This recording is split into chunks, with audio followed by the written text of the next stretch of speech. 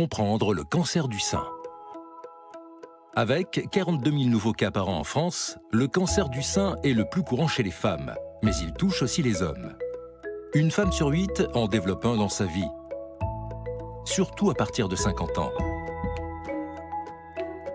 C'est la première cause de décès par cancer chez les femmes, mais détecté suffisamment tôt, il se guérit dans 9 cas sur 10. Le sein se compose de graisse, de lobules qui produisent le lait, de canaux qui transportent le lait jusqu'au mamelon. Les tissus mammaires sont influencés par des hormones, œstrogènes et progestérone, produites tout au long de la vie, à la puberté, lors de la grossesse ou de l'allaitement. Il existe différents types de cancers. Le carcinome canalaire est le plus fréquent et se forme à l'intérieur des canaux de lactation.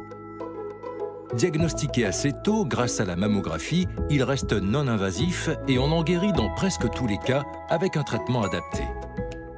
En revanche, sans traitement, il peut poursuivre sa croissance et devenir invasif en se propageant à l'extérieur des canaux de lactation.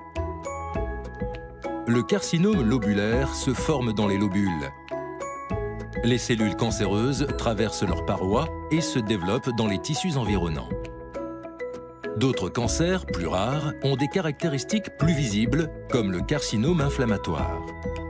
Le sein devient rouge, enflé, chaud et peut avoir un aspect peau d'orange. Les cellules cancéreuses se forment d'abord dans les canaux mammaires, puis migrent rapidement vers les vaisseaux lymphatiques de la peau.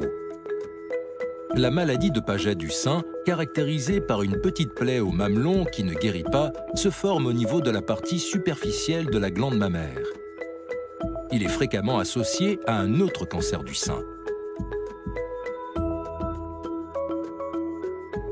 Pour dépister le cancer du sein, l'examen le plus rapide et efficace est la mammographie. Elle permet de rechercher les anomalies de la glande mammaire. Il est conseillé de prendre rendez-vous juste après les règles, quand la poitrine est la moins sensible. Cela permettra d'obtenir des images plus nettes. Cet examen doit être effectué à partir de 50 ans et à partir de 30 ans en cas d'antécédents familiaux ou si vous constatez une anomalie sur votre sein. Retrouvez toutes nos actualités sur humanis.com.